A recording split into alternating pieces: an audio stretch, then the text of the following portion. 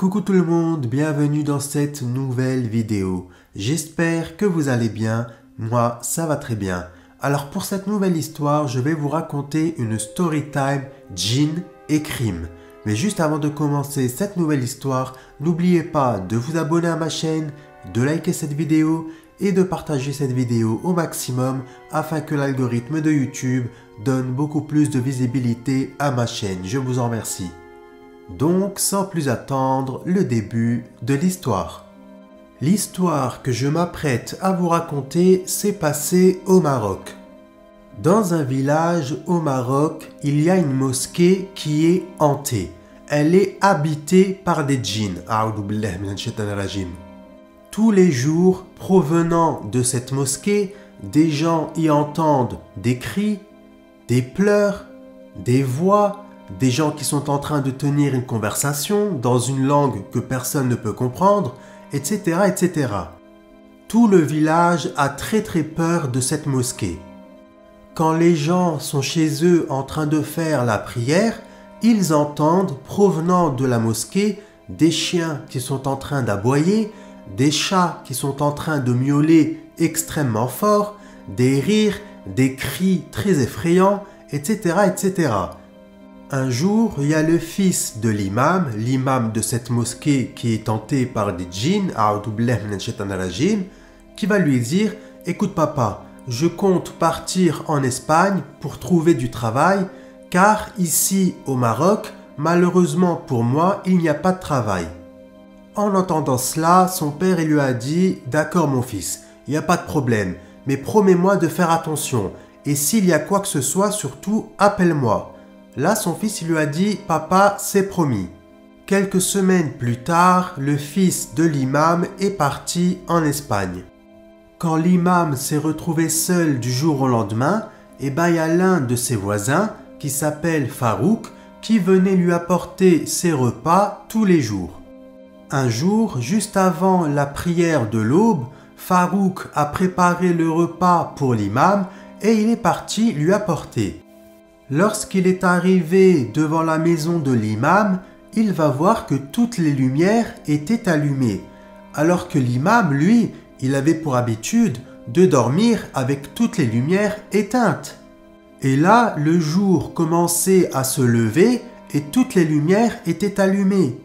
Farouk a donc toqué à la porte de l'imam, sauf que l'imam n'a pas répondu.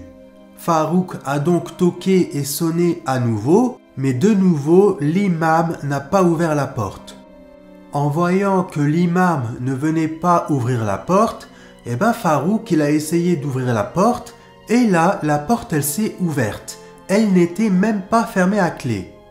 Quand il est entré à l'intérieur de la maison, il est allé immédiatement dans le salon et c'est là qu'il va retrouver l'imam, le pauvre, qui était là allongé sur le sol et qui avait du mal à respirer. En voyant cela, Farouk s'est levé, il a été dans la cuisine chercher un verre d'eau, ensuite il est revenu dans le salon et il a mis un petit peu d'eau sur le visage de l'imam.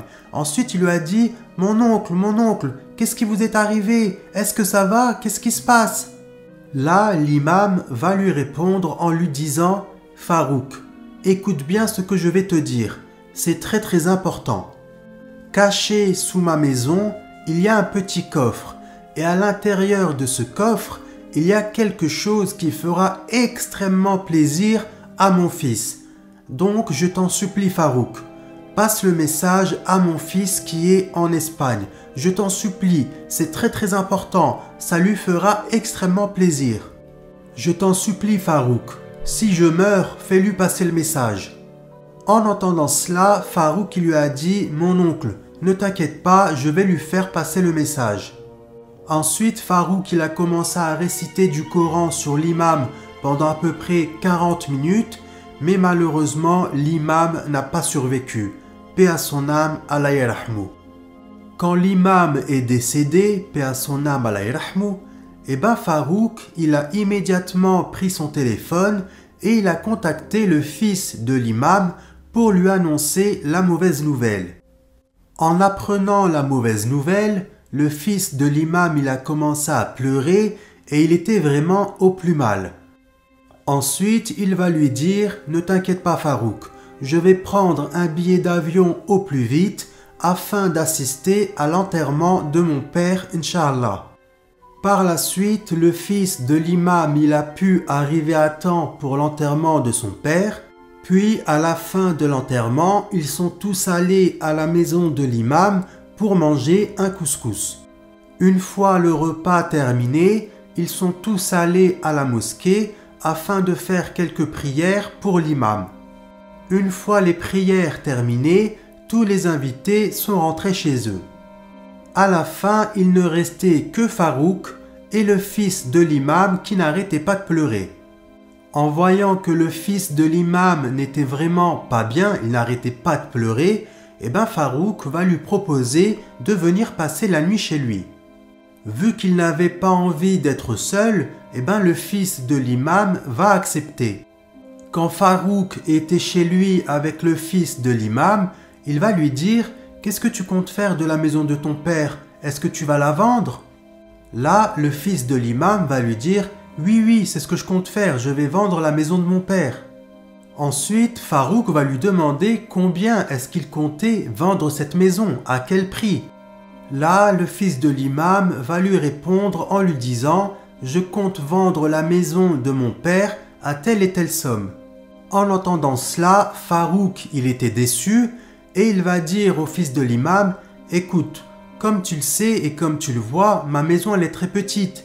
J'ai une femme et des enfants et ma maison elle est trop petite pour nous. J'aimerais vraiment racheter la maison de ton défunt père, mais elle est trop chère pour moi. Je n'ai pas d'argent. En plus, moi, j'étais le meilleur ami de ton père. Est-ce que tu penses qu'il serait possible de baisser le prix pour que je puisse la racheter ?»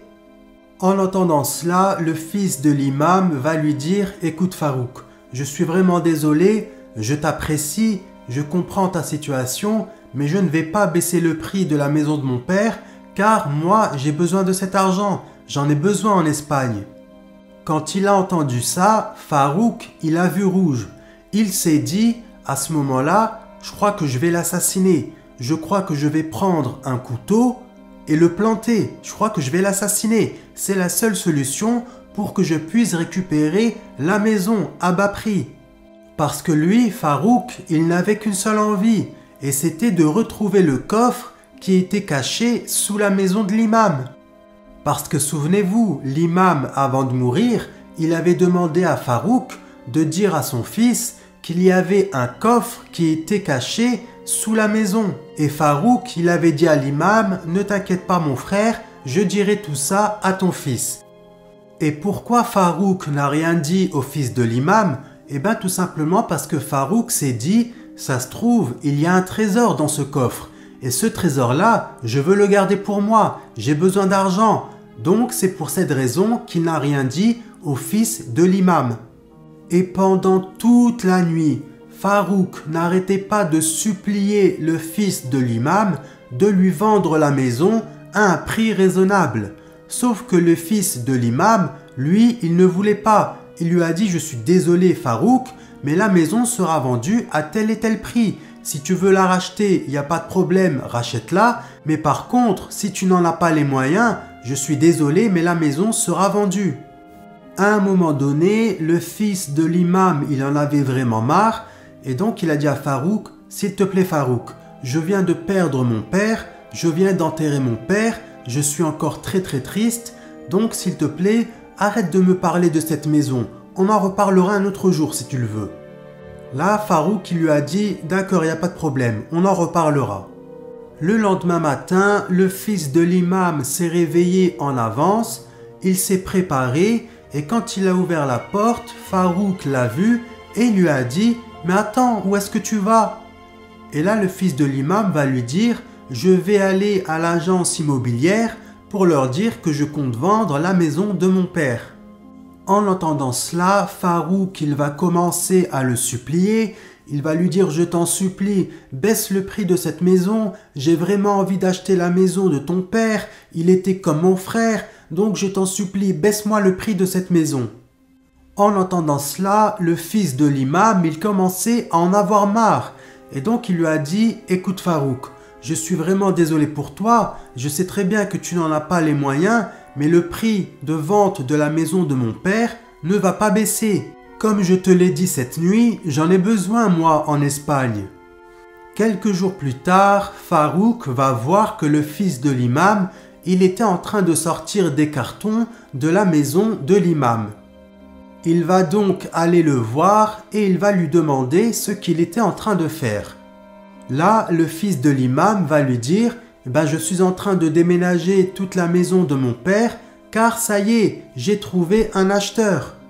Et la personne qui va m'acheter cette maison, c'est un médecin qui est marié et qui a des enfants. » En entendant ça, Farouk, il était dégoûté, il était vraiment déçu. Ensuite, Farouk va dire au fils de l'imam « écoute, cette nuit, viens dormir à la maison. » En entendant cela, le fils de l'imam va lui dire « C'est très gentil à toi Farouk, mais cette nuit, je compte dormir chez un ami à moi, chez mon meilleur ami. Et ensuite, le lendemain matin, je vais prendre l'avion, Inch'Allah, et je vais rentrer en Espagne. » Là, Farouk, il va lui dire « Ok, d'accord, il n'y a pas de problème. Toutes mes félicitations pour la maison. » Et ensuite, il est parti. 2 semaines plus tard, le médecin, sa femme et ses enfants sont venus s'installer dans la maison de l'imam. Quand Farouk les a vus pour la première fois, il est immédiatement sorti de chez lui, il est parti toquer à leur porte, le médecin a ouvert la porte, il l'a salué, Farouk l'a salué en retour et il lui a dit « Je suis votre voisin d'en face, je suis là simplement pour vous dire de quitter cette maison au plus vite car cette maison elle est mauvaise, elle est habitée par des djinns. Et si le fils de l'ancien propriétaire qui est décédé, paix à son âme, alayhi rahmou, vous a vendu cette maison, c'est parce qu'elle est mauvaise. Donc un conseil, quittez cette maison au plus vite. » En entendant cela, le nouveau propriétaire va dire à Farouk « Ne vous inquiétez pas pour nous, nous récitons du matin au soir nos protections et nous faisons aussi la prière. Donc n'ayez pas peur pour nous, nous sommes protégés par Allah. » Quand il a entendu ça, Farouk il s'est excusé, il leur a dit « D'accord, il n'y a pas de problème, toutes mes excuses » et ensuite il est parti. Par la suite, tous les jours, Farouk allait voir le médecin pour lui dire « Quittez cette maison au plus vite, cette maison elle est vraiment mauvaise. Comme je vous l'ai dit la dernière fois, il y a des djinns à l'intérieur de cette maison. Donc un conseil, partez au plus vite. » Un jour, le médecin il en avait tellement marre qu'il a carrément viré de chez lui Farouk en lui disant « Écoute, arrête de me dire qu'il y a des phénomènes paranormaux dans ma maison elle est saine, alhamdoulilah, grâce à Dieu, et de toute façon, s'il doit nous arriver quelque chose, c'est le mektoub, c'est le destin. Donc maintenant, dégage de chez moi et ne remets plus les pieds chez moi. » Quand le médecin a viré Farouk de chez lui, Farouk est immédiatement rentré chez lui, il a pris son porte-monnaie, il est monté dans sa voiture et il est parti acheter 5 bidons d'essence.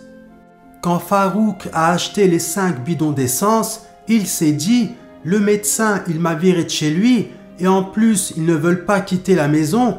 D'accord, il n'y a pas de problème. Par Allah, je vais foutre le feu à cette maison et ils vont tous mourir. » Par la suite, Farouk a attendu que tout le quartier soit endormi pour sortir de chez lui avec les 5 bidons d'essence.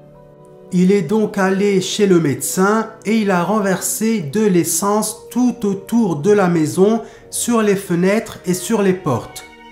Par la suite, il a aussi renversé de l'essence sur toute la route. Pourquoi? Tout simplement parce qu'il a été malin. Il s'est dit quand les pompiers vont arriver et qu'ils verront qu'il y a aussi du feu sur toute la route, ils n'arriveront pas à avancer. Ce qui fait que la maison du médecin va brûler et toutes les personnes qui sont à l'intérieur de cette maison, ils vont tous mourir.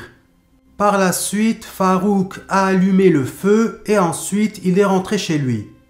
Par la suite, les voisins vont commencer à entendre des cris et des pleurs provenant de la maison du médecin, ce qui fait qu'ils vont tous se réveiller et lorsqu'ils vont sortir de chez eux, ils vont voir que la maison du médecin, elle était en feu.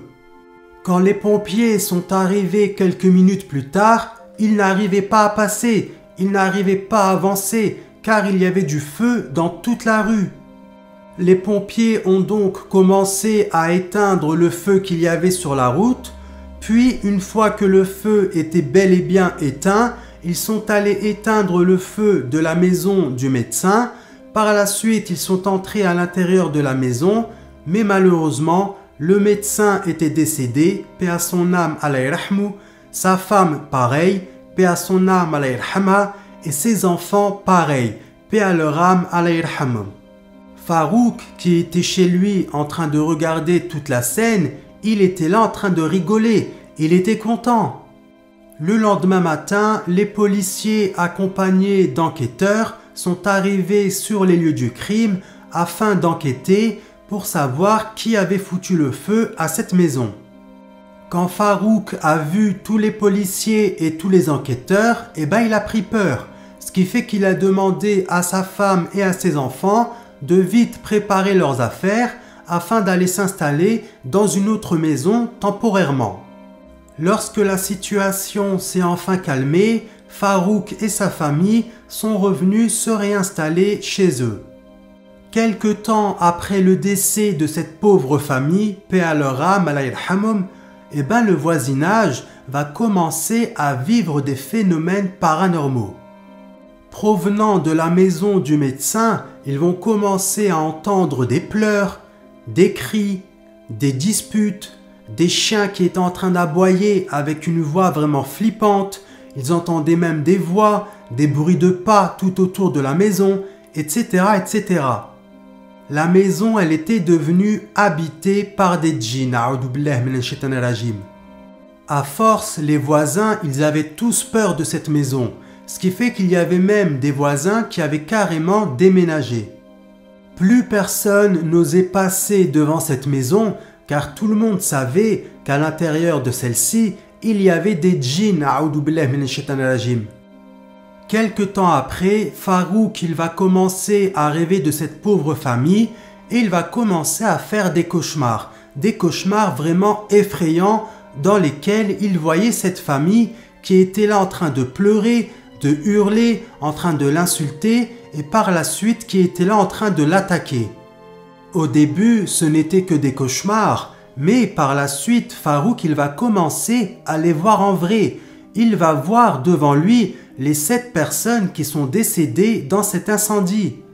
Et les 7 personnes-là, elles étaient devant lui en train de pleurer, en train de crier et en train de lui demander « Pourquoi tu as fait ça? Pourquoi tu nous as assassinés? Nous ne t'avons rien fait. Pourquoi tu as fait ça? Pourquoi ?» À force, avec le temps, Farouk il commençait à péter les plombs. Il avait vraiment peur. Par moments, Farouk il entendait des portes se claquer très très fort. Il entendait aussi des objets tomber sur le sol et s'exploser sur le sol. Il entendait aussi de l'eau qui était en train de bouillir sur le feu. Et lorsqu'il allait voir, il n'y avait rien du tout. Ce qui fait qu'à force, il avait tellement peur qu'il ne restait quasiment plus chez lui. Au bout d'un moment, Farouk il avait même commencé à faire la prière. Et il allait tous les jours à la mosquée. Et lorsqu'il faisait ses prières, il demandait à Dieu de lui pardonner ce geste qu'il avait commis quelque temps auparavant. Farouk se disait qu'en faisant la prière, toutes les choses qu'il voyait chez lui et toutes les choses qu'il entendait aussi chez lui allaient disparaître. Alors qu'en fait, pas du tout. Ça s'est même amplifié. Et tous les jours, du matin au soir, Farouk voyait devant lui apparaître la famille qui est décédée dans l'incendie.